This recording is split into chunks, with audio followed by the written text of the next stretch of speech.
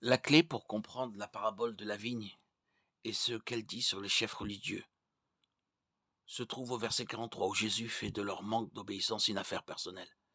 Jésus dit aux chefs qu'à cause de leur désobéissance, ils seront exclus du royaume des cieux, individuellement et en tant que peuple, qu'ils ont laissé passer pour le moment leur opportunité d'être donnée aux non-juifs, à d'autres vignerons.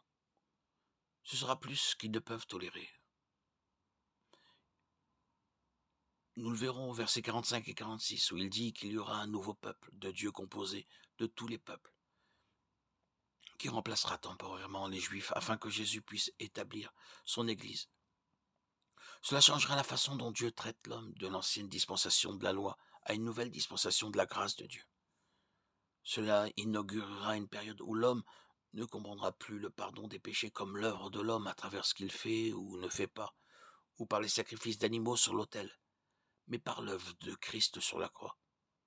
Ce sera un temps où chaque individu pourra avoir une relation personnelle et salvatrice avec le Dieu unique de l'univers. La partie passionnante du verset est la phrase qui produira du fruit. Cela donne à l'Église l'autorité de partager l'évangile du Christ aux perdus du monde. Jusqu'à cette époque, les Juifs pensaient qu'ils étaient automatiquement membres du royaume de Dieu en raison de leur relation avec Abraham. C'est pourquoi ils accordaient tant d'importance aux généalogies. Mais le nouveau peuple de Dieu aurait vraiment ce que Dieu voulait pour Israël depuis toujours, une relation personnelle et sainte, qui serait honorée par la diffusion de la parole de Dieu à tous les peuples. Exode 19, 5, 6. Jésus continue la métaphore de la pierre au verset 44 pour montrer comment une pierre peut être utilisée pour construire quelque chose de beau, comme son Église, ou elle peut être utilisée pour écraser et détruire, selon la situation. Cela pourrait être comparé à la parole de Dieu. Pour certains, elle est le salut, la paix, le réconfort. Pour d'autres, c'est une folie, une déconcertante, en raison de sa capacité à convaincre l'homme de ses péchés. 2 Timothée 3,16.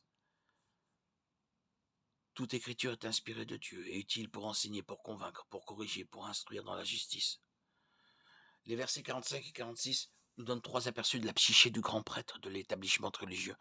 Ils sont jaloux et envieux de la popularité de Jésus auprès des gens ordinaires. Cela empiète sur leur autorité et leur pouvoir de gouverner. Ils ont réalisé que Jésus parlait d'eux. Cela blesse leur fierté et les embarrasse devant le peuple. Ils ont compris l'analogie du Fils et que Jésus faisait référence à lui-même. Cela serait un blasphème pour eux et ils chercheraient maintenant à tuer Jésus.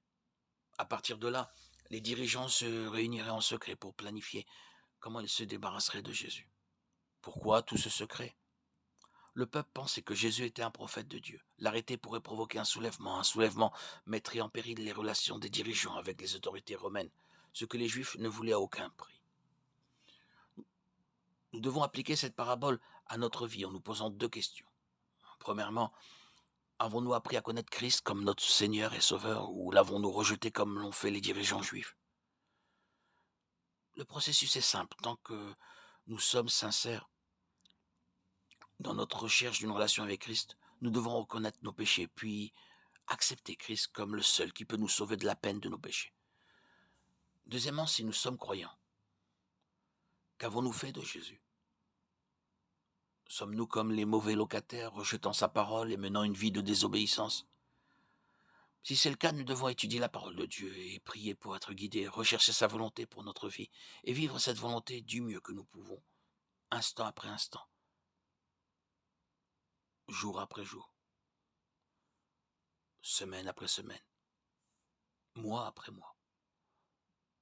Au fil des jours, des années, l'âme se fortifiera dans le corps du Christ.